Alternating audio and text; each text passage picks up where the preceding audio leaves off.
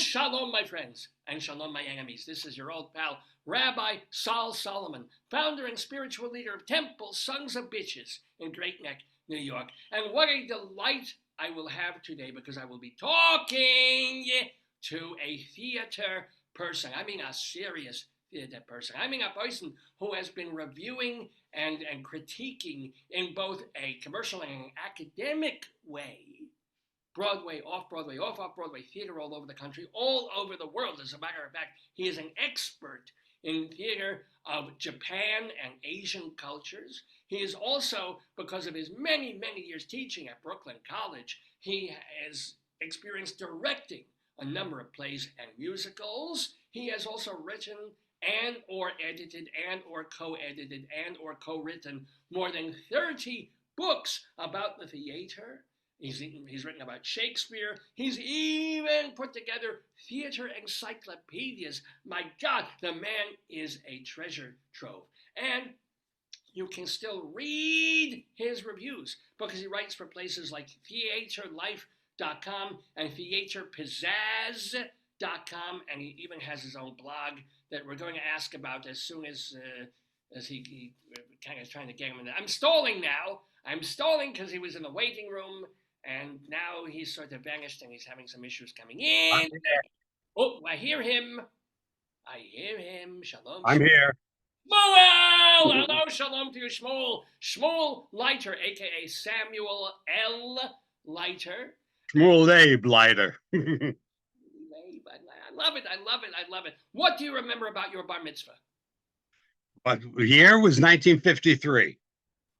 And do you remember, did you have a party, or back then it was just like... Oh, yeah, we had a big temple party at the Sherry Zedek in Brooklyn on St. John's Place.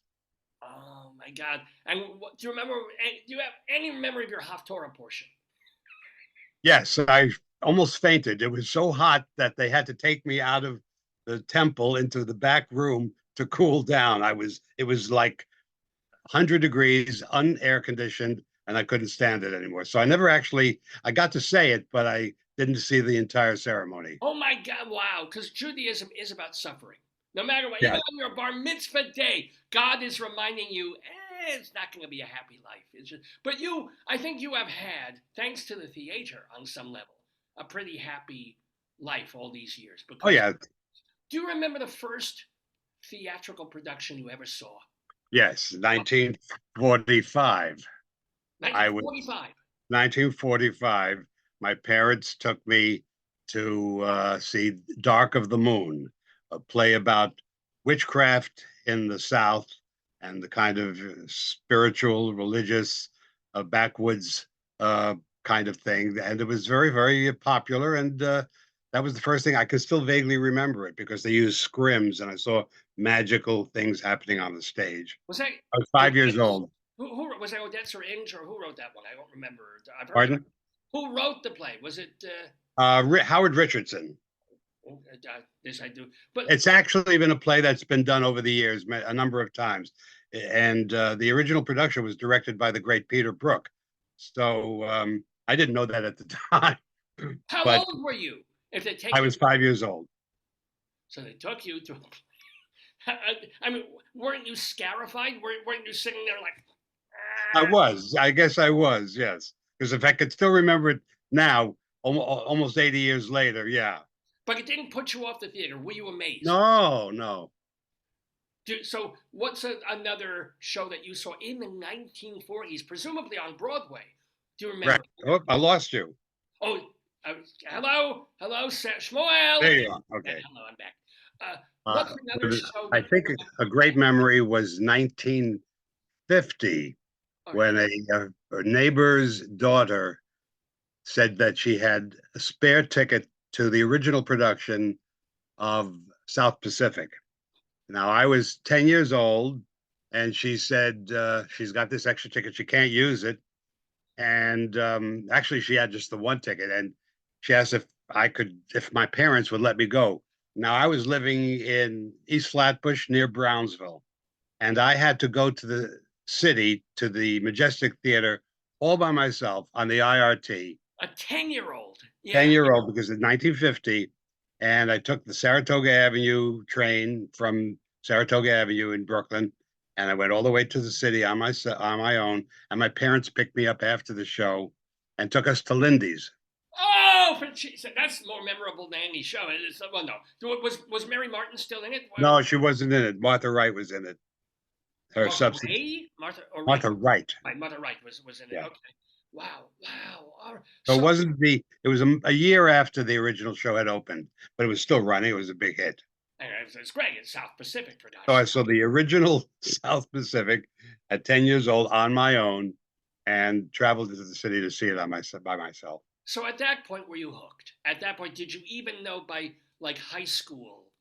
Oh, I knew that I was gonna somehow be involved in theater. I just loved theater, but I didn't know in what way. So how well did you try your hand at all the different? Did you act in high Oh, school? I acted a lot. Yeah, I acted. I directed later on. I was actually a master's MFA in directing at the University of Hawaii. At the same time that Bette Midler was at school at the University of Hawaii. She was an undergraduate. I was a graduate. So did you interested? Were you in a play with her? Were you? No, actually, I didn't. I saw her in a play when she was just, a kid, but I didn't actually get to know her. Well, when you saw her in a play, did she stand out, or was she just good, like a lot of kids are good? Just another kid. I was a graduate student. She was an undergraduate. I didn't pay much attention, and only realized years later when I was looking at programs from the time I was there. Bette Midler and her sister, who later died in a tragic car accident in New York, was there work, and I have programs of them working on sets and lighting backstage on the crew. Let me ask, why Hawaii though? I mean, if you knew theater was going to be your thing, why not study at either USC, Oh, UCLA, or New well, York or Chicago? Hawaii was as far away as I could get from my mother, so I went to the University of Hawaii as a way to escape, but at the same time, because I wanted to study Japanese theater, which I'd gotten into in college. And the guy who ran the department had written the book that I had studied in class, and I happened to see his name on a poster advertising for assistantships at the University of Hawaii graduate program. And I said, without having finished his book, I said, I'd like to study under you and come out to Hawaii at a time when there was a great deal of interest, post-war interest in Japanese culture. And I got a full 2-year fellowship to the University of Hawaii, which sent me to Japan to study for my master's thesis. And but all serendipitously, because I happened to see his name on a poster, and I said, "I love your work. I love your book. I'd like to come out and study with you," which was really not that true. Well, yes and no. In a little way, I had read one chapter, Oh, I thought you maybe halfway through it, you were like, right? But there was a link, and it got me out there. because if I were some parent or professor hearing this, I'm like, no, you just want to go to Hawaii for 2 years. If they're giving courses on, lumberjacks, it's like, yeah, well, I'm very interested in lumber, and you bring your surfboard with you.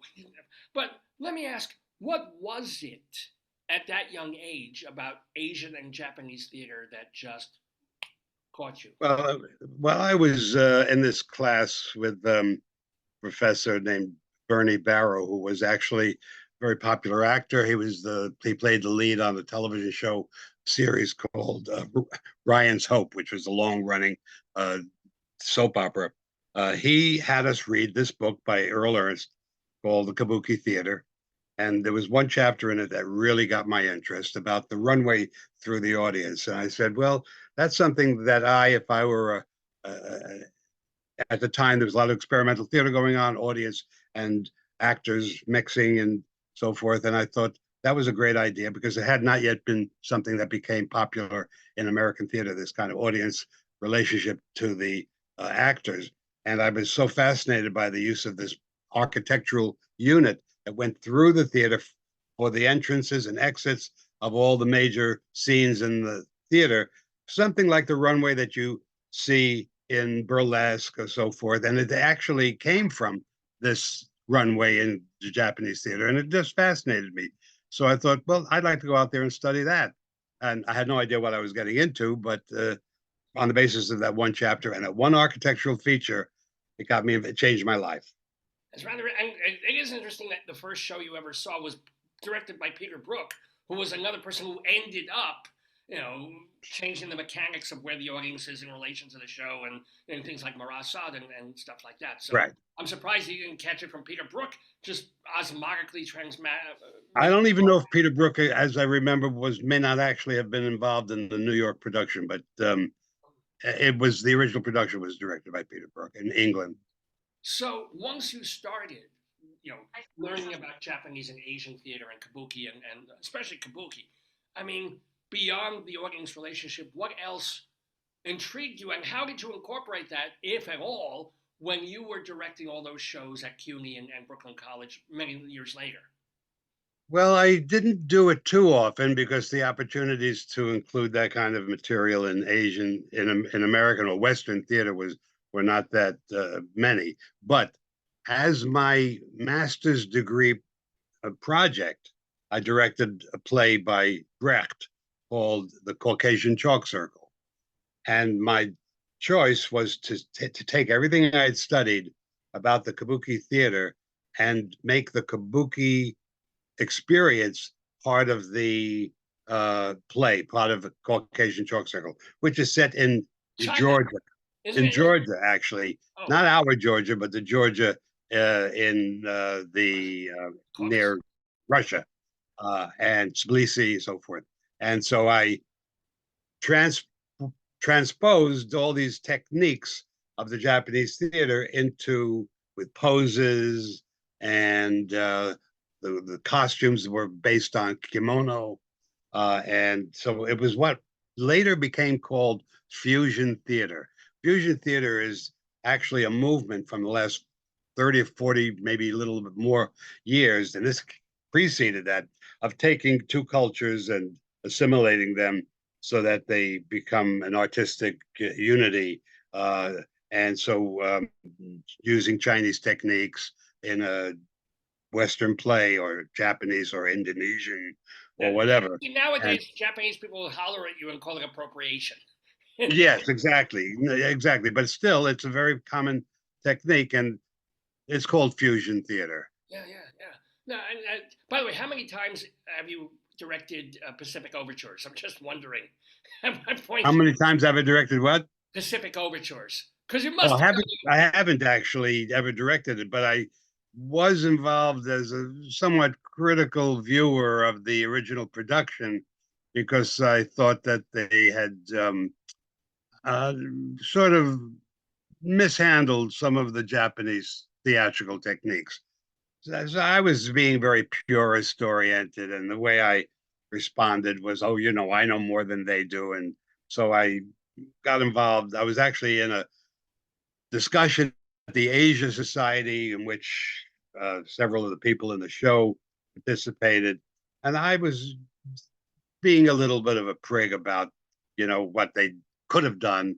And prig with a G, ladies and gentlemen, but yeah, all right, with a PRIG, right. And but yeah, so I was basically involved in that on a kind of academic level, but I've never actually directed it. Now, you are a member of the Drama Desk and some other societies like that. At what point did you begin theater criticism, as opposed to being a director, working from? Well, I had retired, and I retired from Brooklyn College in 2007. And I followed up in my retirement because I was only 67 at the time, and I still had a long life to live. Alibi. Yeah. What are you saying? Alibi.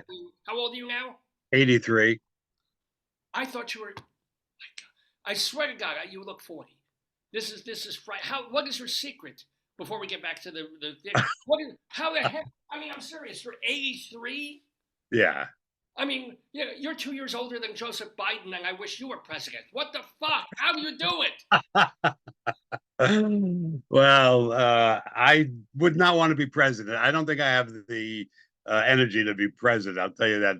Getting up in the morning, just putting on a suit every day, a suit and tie, I think that would knock me out. And you think Biden does that? No, I'm kidding. All right, but the secret is taking a nap every day. You have to take a nap. You have to open a book, wait 15 minutes, and pretty soon you'll be out. That's my secret. This is my life also. So, all right, but so you weren't reviewing theater until you retired. No, no, I never reviewed a play. Actually, I once or twice I tried, maybe twice, two reviews in maybe when I was in my 40s or 50s for a local newspaper, but that was it. In 2012, I got a call. This is 5 years after I retired, and I was doing my research and my writing for other projects. I was going to the theater maybe 10 or 12 times a year. It wasn't because it was expensive, and my wife would go with me, and that would be double the price if we went to a Broadway show, and a lot of money involved. And I had family issues, so I really wasn't going that much at that time. And I got a call in 2012 from the people who ran the drama desk.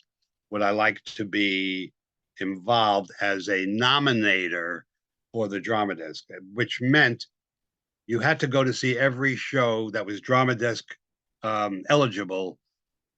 And it was like they were telling me, you can now go to the theater and see everything for free.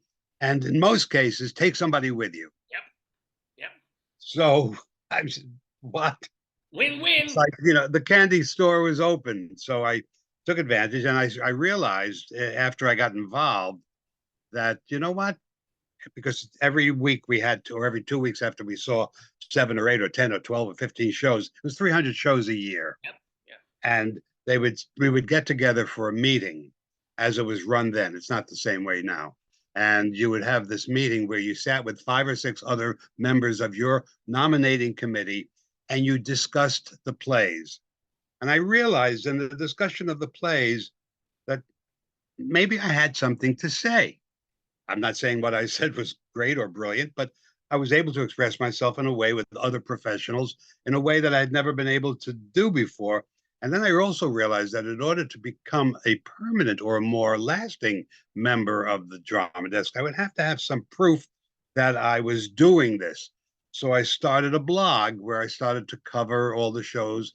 About 3 months or 4 months into doing it, I secretly started a blog writing reviews, and that eventually became where people asked me, "Oh, would you write for my blog or my website? Would you write for my website?" Eventually, I was doing it for 3 websites, one of which is I'm not writing for anymore. But it only happened because I was creating something for myself to permanently record what I was thinking.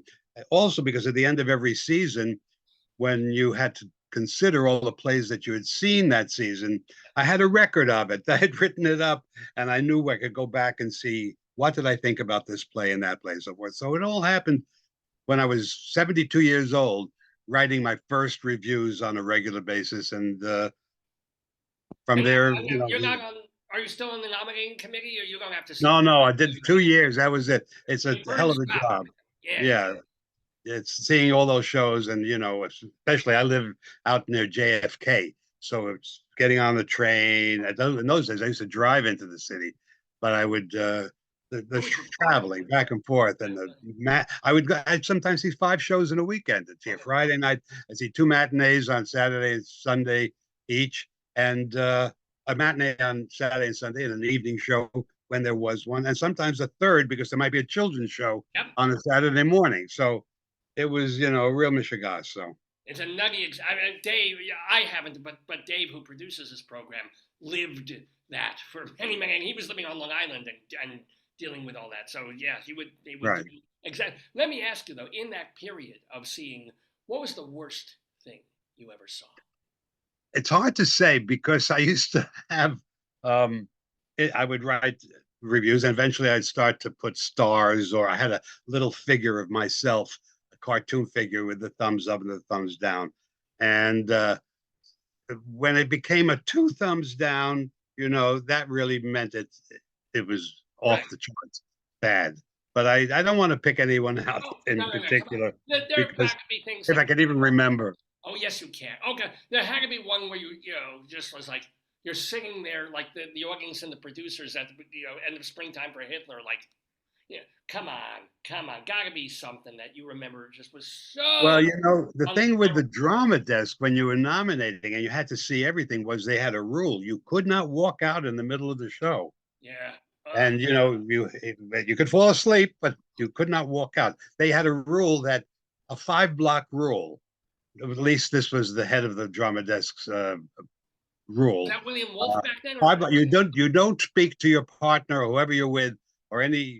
anybody else about the show for 5 blocks because somebody could be listening, somebody from the show.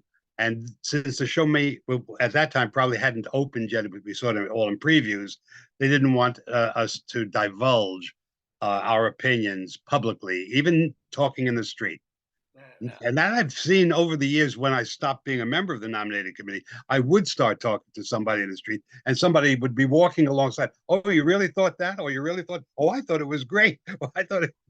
So people do hear what you're talking about when you're walking out of the theater. All right. So you sidestepped the question there. You know, what show would you wish you could have walked out of 10 minutes in? There must have been. Uh, Yeah, there were so many. Dave, we're talking about Rabbi. oh, We're talking about 600 shows. 2,500, 3,000 shows Yeah. over the last 13 or so years. So it's impossible to really. I remember seeing something down at, I think it was at the Connolly Theater on East 4th Street. And it was a Marx Brothers show. It was based upon one of the Marx Brothers shows, and they try to recreate the style of the Marx Was it Brothers. room And service? It was probably room it because wasn't room service. It coconuts they wasn't. did. It was Coconut. one of the coconuts, or Huh. one of the ones from the 20s.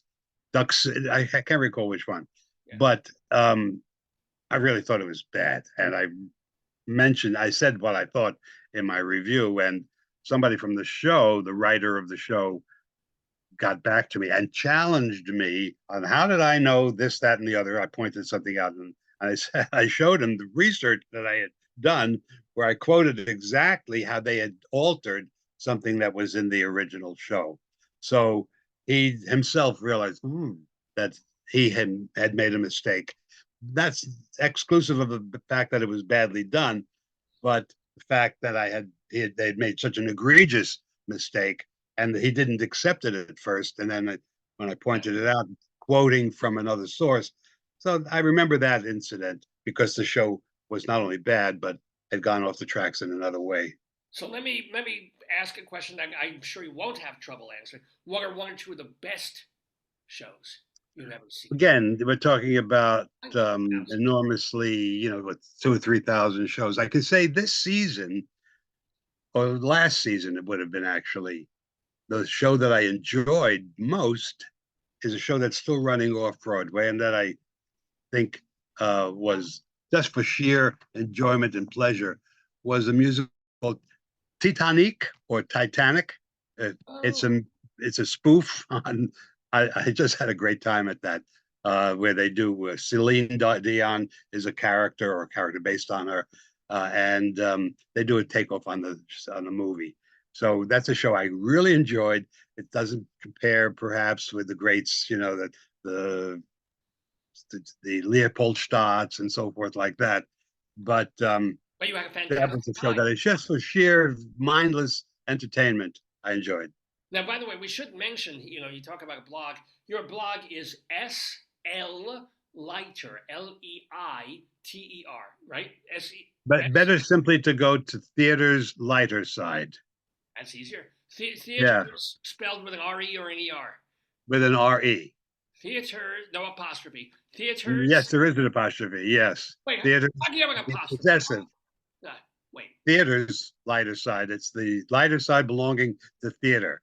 So If you theater's put that lighter in the side. URL, or are you Googling that? Pardon? Are you Googling that, or is that the URL? All you have to do, no, you don't have to just Google theater's lighter side. All right, got it. Theaters, And that's Leiter, the easiest way to remember it. and Leiter, Leiter for your name. Exactly. Leiter. That's the pun, so to speak. And that Two brings us terms to of the the pun. blog. PU. Yeah. So, and your blog has probably hundreds of reviews on it by now. since it's been Well, going? now I used to write almost all my reviews. I started out writing all the reviews on that blog, and then when as other people started to ask me to write for their more sophisticated websites, my blog is just a blog on on Google, and then I started writing for blogs that had advertisements and all the rest of this stuff. I started to increasingly write for them and then post a link on Theater's Lighter side. So all you can find all the reviews. It'll say for my review C, but so Theater's Lighter side remains active. I also write book reviews on that blog. So every time I write every week or two another book review of about book, usually a book about theater. So I've recently written reviews of well, quite a number of books. Anybody can go to the website and find it. Now, you're welcome to give a plug to the other places that you write for. So, is Theater Pizzazz is still there? Is that Theater Pizzazz, very active with an ER. Theater Life with an ER, right? still there.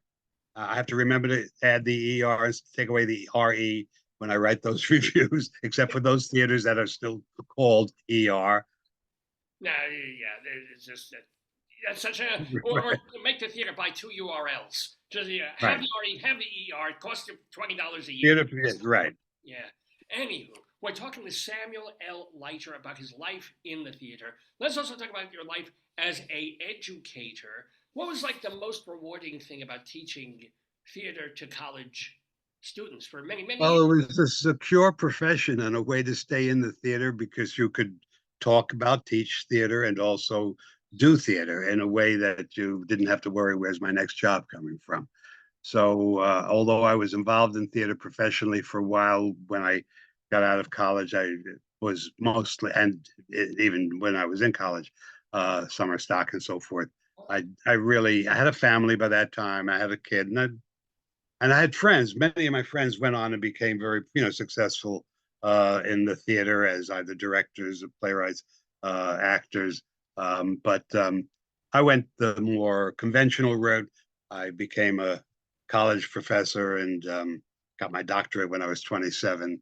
And so I and So that we gotta do this now. You gotta name drop. So who are some of the people that you started out with, whose names we would know if you're a theater person, not necessarily a big Hollywood okay, star? people may remember Dominic Chianese, who Sure. played Uncle Junior on Sopranos, or there was Herb Edelman, who played Maud's husband, B. Arthur's husband, and on TV, Well, he was and on Golden Girl. Golden Girls, he was the husband. Golden Girls, right?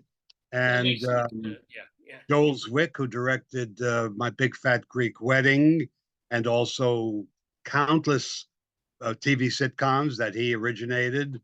Uh, and so a lot of people, not necessarily superstars of the No, but Meryl Streep variety, but all working important, professionals. well-known working actors and directors. Yeah, How about some of your students? Did any of your students go on I, to yeah, I think you would probably know the name Jimmy Smits. heard of In him? fact, Jimmy Smits from L.A. Law, NYPD, and right now on East New York, a TV show. And in fact, the book that I recently wrote about the theater in Brooklyn is dedicated to him. Now, thank you for bringing that. Well, why did you? He was your student. Why particularly him? Did you interview him for the book, or no? No, I didn't interview because the book is written is about 19th century Yeah. theater, and he's not that old. He's in his 60s. So, but because he was such a wonderful, we're still friends, and he played a important part of my life, and I directed him in a Kabuki play, an actual Kabuki play, back in 1976 at Brooklyn College, and that sometimes actually clips of which have been shown on national television. Who is this? And you see him with the makeup and so forth, and you have to. That's Jimmy Smith. So That's Mike. So yeah, let's talk. Thank you for reminding me to bring up the book. Brooklyn Takes the Stage, published by McFarlane and Company. So right. Brooklyn, it's well, you say 1970s, but no, you go back to like the 1800s. The point was before Manhattan. Thank you for showing. Yeah. Hold Yeah. it up. You can hold it up. Okay. hold this, but it's more about like before New York City. Okay, Brooklyn had this own kind of Broadway, off Broadway big scene. Yes. Brooklyn was a major theater city. Brooklyn was, until 1890, the third largest city in America. 1890, it was surpassed by Chicago and became the fourth largest. So when you come into Brooklyn off the Verrazano, it says, welcome to the fourth largest city in America. Not a city anymore, but it was an independent city from 1834 to 1898. January 1st, 1898, Brooklyn became part of Greater New York. Bronx, Brooklyn, Staten Island, so forth. And this is the history of Brooklyn until that point. What was Brooklyn theater like? Because there were no movies, obviously, no TV. Theater was the major form of entertainment, but Brooklyn had a huge population and it needed to have some form of entertainment, which, of course, was inevitable. But it took a long time for Brooklyn to have a theater, although it tried many, many times, because there was a strong puritanical influence in Brooklyn from the people who had come down from Boston, the New England area, into Brooklyn, settled the Puritan religious establishment. And the most famous of them, Henry Ward Beecher, the brother of Harriet Beecher Stowe, who wrote Uncle Tom's Cabin, he was anti-theatrical, even though his sister's book, Uncle Tom's Cabin, became the most popular play as a play when it was adapted for the stage of the 19th century. But he was against the theater and railed against it, as did many other preachers, until he eventually, later in life, started to change his attitude, became friends with some of the big names in the theater, like Henry Irving and Ellen Terry when they visited America. And so he started to kind of adapt to the more liberal policies of or approach to the theater, while still through the 19th century there was a strong anti-theatrical prejudice in Brooklyn, which is why there was no permanent building as dealing with theater or dealing even with entertainment arts until 1861, when the Brooklyn Academy of Music opened. Not the Brooklyn Academy of Music that we have today that was on Montague Street. It burned down in 1906 and then was rebuilt. The one we go to the Brooklyn Academy, be at BAM now, in 1912. That's the building that's on the corner of Lafayette and Ashland Place. But until the Brooklyn Academy of Music, there was no established building. They were in various temporary locales. And then, even when they opened the Brooklyn Academy of Music, they would not allow theater. You could do dance, you could do opera, you could do concerts, but you couldn't do theater for almost a year. There was a battle back and forth in the newspapers. And once they won the battle, the pro theater people, by the end of 1861, theater started to rush in, and you had theaters opening up gradually over the years. Over the years, there may have been 50 different theaters went in business, out of business, so that by 1898, you had a dozen or more theaters, full scale, legitimate theaters operating in competition with New York, because the whole issue was, would Brooklyn citizens go to the theaters in Brooklyn, or would they go across? Because that was their pattern. Brooklyn could not possibly compete.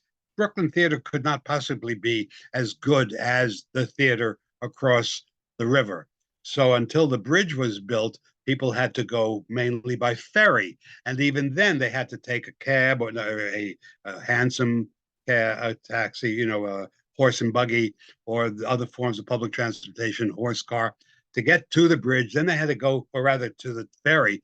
Then they had to go by ferry across into the city. Then they had to travel, and they prefer to do that rather than going down to Fulton Street or the other part of That's Brooklyn. what I don't understand. Why? I mean, they from 1861 to 1898, they stayed in Brooklyn. Brooklyn was able to succeed theatrically, no matter what was happening in Manhattan. What was it about 18 and into the early 1900s that people say, we'd rather schlep? than stay. That was simply the built-in prejudice, that the snobbery of people thinking that theater had to be better in New York. Not that it may not have been. I mean, but there was the theaters in Brooklyn up until the 1870s. The style or the organizational pattern of theater, as it was elsewhere in the country, were stock theaters. So you had a group of actors who were hired for the season, and they did a new play every week or every 2 weeks, and so forth. And there were different quality actors involved or different quality managements, people who ran the theaters. And they were sometimes rather schlocky and sometimes they were rather high class. But there was a huge competition because or rivalry with the city of New York, people trying to go to what they thought was the best. And Brooklyn was always bragging about how good it was here. Stay in Brooklyn, go to the theater locally, don't bother going. And that's an argument that you see go throughout my book of the back and forth that went on in terms of the rivalry between Brooklyn trying to rival the city. Of course, Brooklyn was essentially a bedroom community. It was where people who lived and worked in New York went at night to go home to their families and sleep and get up in the morning and go into the city again. So people were used to going back and forth over the bridge, or when the bridge was built in 1883.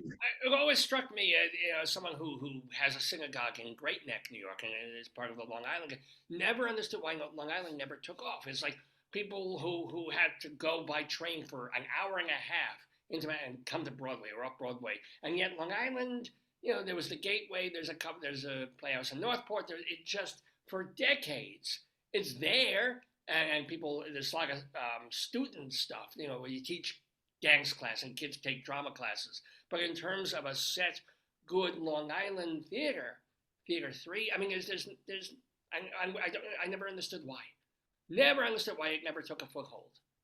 Well, because again, the cachet of theater in New York, Broadway, there's a certain feeling that and there are a number of theaters in Long Island, but they're mostly amateur or community theaters. Yeah. There's a professional, semi-professional theater in Elmont that is not far from the Cross Island Expressway, which does pretty good work. They do 3 or 4 shows there a year, and I've been there. And Bay Street, way out on the East End with Richmond. But right, you've got the John Drew Theater out in the Hamptons, which is professional, highly quality, but it's basically summer theater, and it's for the local community when there's people there in the summer.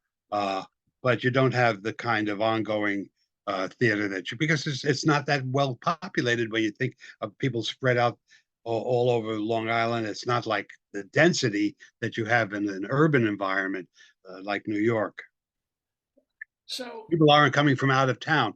Most of the people who go to the theater on Broadway now are from out of town. You go to any Broadway show or stand online on a Broadway to go into a Broadway show, almost everybody is from out of town. They've gotten their tickets way in advance and they're paying these exorbitant prices. But it's a destination as opposed to a theater that's in Alpag. Yeah. Well, let me ask you then. Still a couple of questions about the theater and about your book. Does the book sort of kind of stop at turn of the century, or do you talk about Brooklyn theater over the past 50, 60, 70 years? I give a summary. Yeah. I give a summary of what happened after. Yeah. So you get to see the gradual diminution of theatrical activity as movies come in and as the legitimate theaters are converted to movie houses, and then the onslaught of the movie palaces, Loews Pitkin and various theaters all around the city that the neighborhood theaters where you could just go a few blocks and see a play, a movie rather, in your neighborhood. So the theater becomes less and less visible in Brooklyn as movies take over, and then TV, of course. And so by 1935, I have a quote in the book somewhere that there wasn't a single professional theater left in Brooklyn after all of the theater that had transpired. And what they did have were touring companies, where they had the subway circuit. So there were troupes of actors, sometimes with well-known actors in the leads, going from the Bronx to Brooklyn to Manhattan to the upper West Side, but the Upper East Side and into the northernmost most parts of the city to perform at local movie theaters or whatever was available as venues. So you had the subway circuit, and you could see the advertisements in the newspapers of the 30s and 40s for shows that were playing at on Flatbush Avenue or wherever, but they would only be for a week and then they move on. So I do cover that until even that disappears. And by the 1940s, even the Brooklyn Academy is not doing theater per se; it's doing everything but. Only in the 1960s, when the Brooklyn Academy started to doing theater under the auspices of Harvey Lichtenstein, who became the head honcho, the artistic manager, director of what they now call BAM. And in the late 60s, you had the Chelsea Theater Center taking residence at the Brooklyn Academy of Music. And then you had companies like Peter Brooks and others coming and playing in their venues. Eventually, that became so popular that they created their own theater, taking an old theater, legitimate theater on Fulton Street nearby, which was called the Majestic Theater, and converting it into the Harvey, which is, as you know, on Fulton Street. Yeah. And you can see all these great European companies that come and play at the Harvey. And now you have other theaters scattered around, professional theaters. But it's not like, it's temporary. It's the Polanski Shakespeare Center, a theater on a block or two away on Ashland. They've got theater for a new audience there. They've had them for about theater for a new audience, exactly. Those are highly professional, but they do 3 or 4 shows a year, and it's not like every week 15 theaters competing against each other with vaudeville theaters. There were 4 vaudeville theaters in the 1890s, so that you could have your fill just by staying in Brooklyn. It's impossible to have gone not to you couldn't go through a week if you try to see everything. It would not have been possible. Even if you went to every matinee, there was that much theater going on. But by the 20th century, all of that disappeared. But there is now a resurgence. And because of that resurgence, that was one of the inspirations for me to write this book, to show you what it was like when Brooklyn was a cultural mecca 100 or more years ago. Well, here's the deal. You have been an academic. So you are used to writing research papers and articles in journals and things like that. So researching the Brooklyn book, was it hard or easy to? I mean, were there other books written about Brooklyn theater before? It's the only book ever written on the history, other than a few shorter surveys that were done in the 1880s, which of course was incomplete. But those are good sources because there were people who were living at the time that I was doing the research for. But the basic source is newspapers. So when I was originally doing this research, I started the research back in 1966 or 67. Yes, because it was being done for my doctoral thesis. And they allowed you to read the actual newspapers.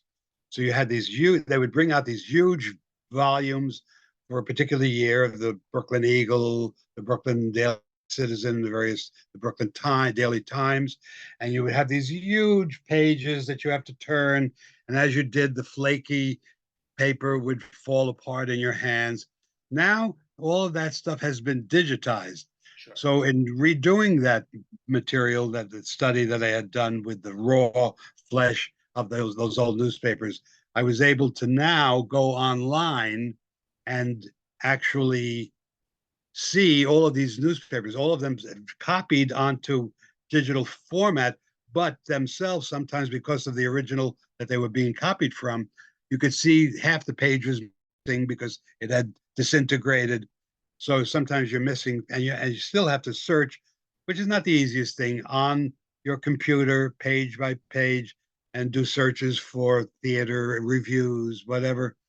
But there is an enormous amount of material that's still available on these digitized platforms that allows you to. So I was able to refresh everything from what I had written in 1967, 68. I did not realize that was the whole So I guess dovetails with a speech that you once gave. I assume it's about your life, but you titled the speech "From Gefilte Fish to Sushi." Is that so? Right, that's correct. Memoir of your Well, that life? was my life, growing up as a Jewish kid in East New York, in East Flatbush, and suddenly finding myself immersed in Japanese culture and making that part of my career. So I thought that was It's a you great know, time. But clever. let me ask you, I've got to, because you brought it up. I did not, but you brought it up. What was so awful about your mother? Well, she was. I don't want to discuss that, but we'll Sure. skip that. Yeah, Yes. All right. we'll skip it. She was just, a little overbearing. So, Well, I regret those Jewish mother, feelings now. hello. Yeah. Well, I, I regret those feelings now because time heals all wounds. But when I was 18, 19, 20, 21, 22, a lot of tension in the house. So that's it. and but you had a decent relationship with your papa. A little better. Oh, all right. Well, so now you have a family. I assume you Yeah. have a wife. How long have you been married? 62 years. Oh, Mazel McGlick. Is your wife in as amazing shape as you are? She's Alibi? pretty good. She's pretty good. Everybody's got their aches and pains. Uh, we've all got our little dings, but fender benders and so forth. But I have a 60-year-old daughter, and I have a 56-year-old son, and I have a granddaughter who's 33 and expecting her second. So I have one great grandchild and another one on the way. And yeah, in Are that any? regard, Did you thank discourage? goodness. Did you encourage or discourage any of them from going into the arts? No, that was up to them. I never made an issue of that. My son is an artist. He's a illustrator and comic books and so forth. And so um, he's into that. And my daughter was a public school teacher. I mean, Mazel. I mean, Yeah. or my condolences. Pick one. And then my granddaughter is a public school teacher. Another one is a mental health therapist. So everybody's okay.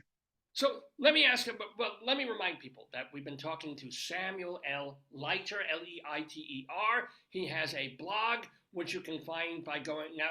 You got to Google something. So Theater's lighter side. who's Leiter side? Theater's. Digger's Leiter side. I still think Samuel or SL Leiter.blogspot.com is Yeah, actually that'll get you there. but okay, but yeah, and you can read him also on theaterlife.com and theaterpizzazz.com and get his book. It's called Brooklyn Takes the Stage. Hold it up for us there.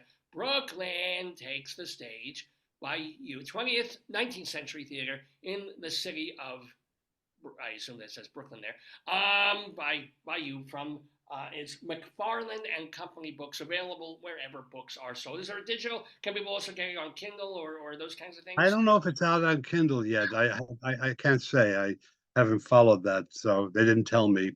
I guess eventually it will be. But well, it just came out. When did it come out? It's very It new. came out in January, beginning of January.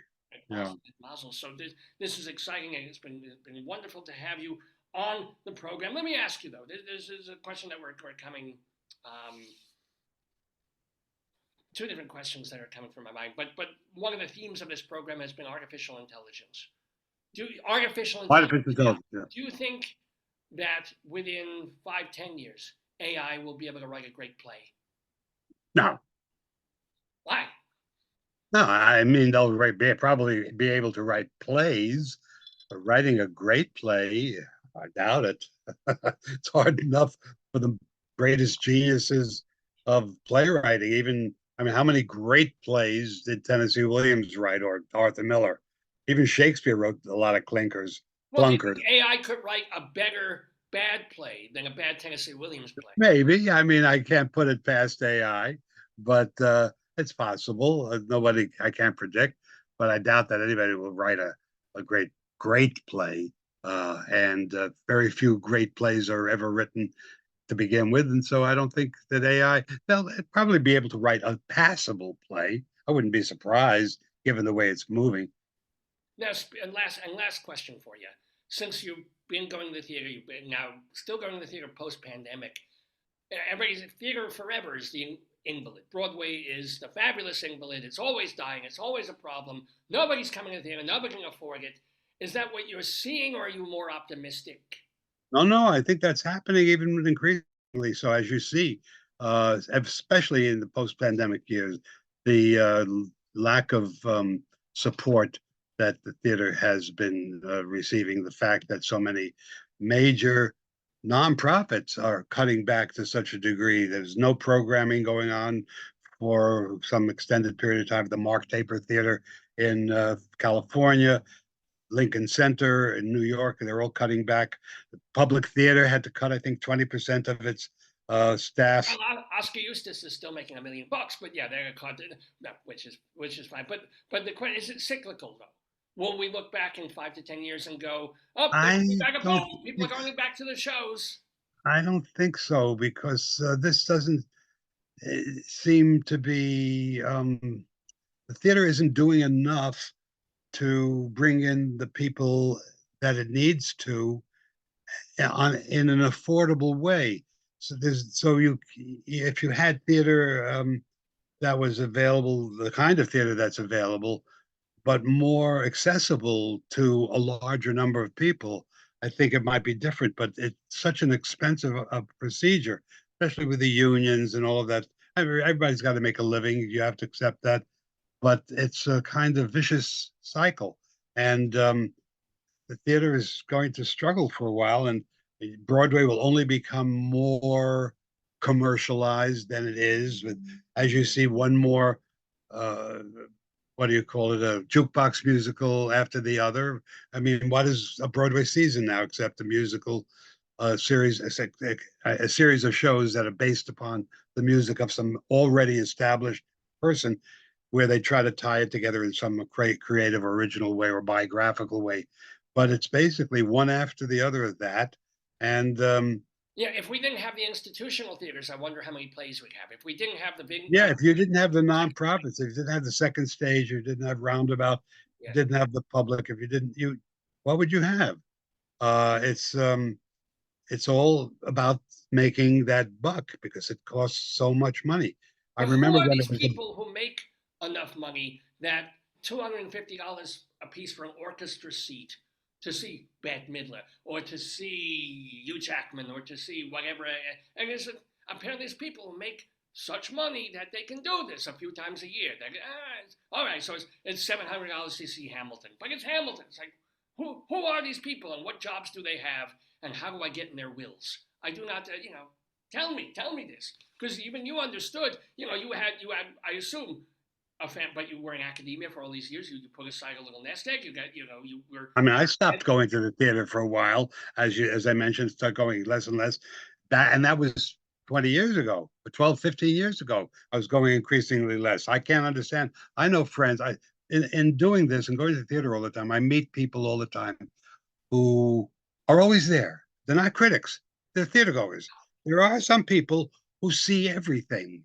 Whether they are independently wealthy, I don't know. I don't ask them about, but I see them at the theater. I become friends with them. I talk to them. They read my reviews because when we get up a conversation, they say, "You're a critic, okay?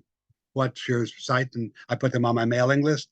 Or they see it on Facebook. But the when I go to the theater, uh, as an ordinary guy living on a pension, uh, and I sit in the theater seats that I get, fortunately, as a critic, and they put me in these seats in row G or row F at a Broadway show, sometimes before it's open, sometimes after. And I sit there with my daughter or whoever I've taken to the theater and say, can you believe what people around us are paying for these seats? I always make a point of going to the box office to see what the price is. I'm sitting in $300 seats and sometimes more. Oh, so it's a privilege that I take very seriously and really, really respect. But I can't understand. I look around me. Who are these people, and how do they have the money in such numbers? Apparently, maybe the economy is not as bad as people claim it is, but it's certainly bringing, at least for those high ticket items, those really desirable shows, or when there's a lot of buzz about them, bringing people in to see them. At the same time, I've noticed increasingly as I go to the theater, lots more empty seats than there used to be. Even early in a show's run, it's rare you see every seat taken. And unless there's such an enormous amount of buzz about it, it's I I wonder how they possibly can be doing it. And yet you have shows like The Lion King, which are doing better now than they did 30 years ago. Well, because 30 years ago, Lion King tickets were $40. Now you sell one ticket to the Lion King and it's $260. So Yeah, they so don't have to sell 7 tickets. They just I can't solve it. It's not an area I'm an expert at, but I just as on a personal basis can't understand how the theater can continue to sustain itself at such levels. I don't know. I will say the rare times I go to the theater now, I feel so privileged to be there and to steal the money from the donations to the synagogue so that I can pay it at the box office. When I eat an orange at intermission, I no longer spit the pits onto the stage because I feel cowed. I feel like I'm in a higher place because there's so much Right. now. Back in the day, I didn't care. Back in the peanuts, just threw them all over. I once hit Henry Fonda in the eye. He was not happy. But it happens. It happens. Anyway, we have had a marvelous time talking with Samuel Shmuel. Shmuel, what was the middle? Labe? Shmuel Labe Leiter. Go to his blog, which is Theater's Leiter side. If you Google that, go and read my book. Of course, Brooklyn Takes the Stage. Takes the Stage, which you can get where books are sold, and read his reviews. Go to the blog, and also you can read the reviews at Theater Leiter. And if they're not sold wherever you think books are sold, ask them why not. That's right. Well, you can if you're at the Drama Desk or the Drama Bookshop in New York, they'll have. I have no idea if they even have it on in stock. Well, you can pass by it on 44th Street. Check. They will carry that. Yes. In fact, this is what you should do. They will. I will bet you will do this. You talk to the people there. They'll do a signing thing and a reading thing, and you can. Yeah. And then get someone from Brooklyn to talk. I've tried that with a couple of other bookstores. Nobody seems interested. What can I tell you? How about a bookstore in Brooklyn? There's a great bookstore in Brooklyn. I think it's called the Greenleaf on Fulton Street, a couple of blocks away from. I went in there. They said, "Here's an email. Write to these people." They did. That's all they said. I said, "I'm looking at all the books on Brooklyn on the shelf, and where is this book? The first book ever to tell the history of the theater in Brooklyn that took place right here where this bookstore is located on theaters all over the place." Here's an email. Call the manager. Write to the manager. So I write to the manager. What result did I get? Garnished. So this is life. It's life in theater in 2024. But I write to the Brooklyn. I write to the Brooklyn magazine, Brooklyn Magazine, which is a famous, like New York magazine, but for Brooklyn. I write to the Brooklyn Eagle. Wouldn't you be interested in covering this? Garnished. Really? Nothing. Yeah. I'm sorry. I am sorry. Obviously, I'm very. It's just the world we live in. What can I tell you? Hey, you got to promote it on this show, which is I did. And your thousands and thousands of listeners are rushing out. Millions right now. Millions, goddamn it, in my head, but millions of listeners watching right now. And they're not even watching, they're listening because they're listeners. No, millions of people viewing this podcast are going to buy your book. And yes, it's got fun, it's got sex, it's got money, it's got art. I was going to let you go, but where the hell's the sex? Talk to me about the sex. What sex? Tell me about the sex. You have to read the book. God damn it. All right, fair enough, I will. And so will you, everybody. It's called Brooklyn Takes the Stage by Samuel L. Leiter. Shmuel, it has been such a joy. I wish you more Are you working on, you can't say what it is, I'm sure, but are you working on another book? Thank you, Rabbi. I appreciate it. Oh, are you working on another book? Can you, or? I'm possibly. I want to see how this one goes, but I just finished another book a year or two that won an award. If anybody's interested in Japanese theater, this came out a year ago. It's called Meiji Kabuki. Meiji Kabuki, Japanese theater through foreign eyes. That's a beautiful cover, is it by you, Meiji Kabuki. Meiji Kabuki. That's where I leave you. It won a big award last year, so here we are. I hope you win many more awards. Write more articles, more reviews. Samuel Leiter. Gefilte fish to sushi. Gefilte fish to sushi. and shalom to you. Thank you. Shalom. Take care. Bye-bye. Bye-bye. Samuel Leiter, ladies and gentlemen. Oh, what a joy, what a delight, and such a smart man, and so vibrant and so vital about theater, about Brooklyn, about Japanese theater, about, I got the word right. I was looking up, I couldn't remember the word kabuki. So I put in what I thought, bukkake. Very different. not what I was expecting. I was like, that's a really bad way of doing theatrical makeup. But what can you do? Anywho.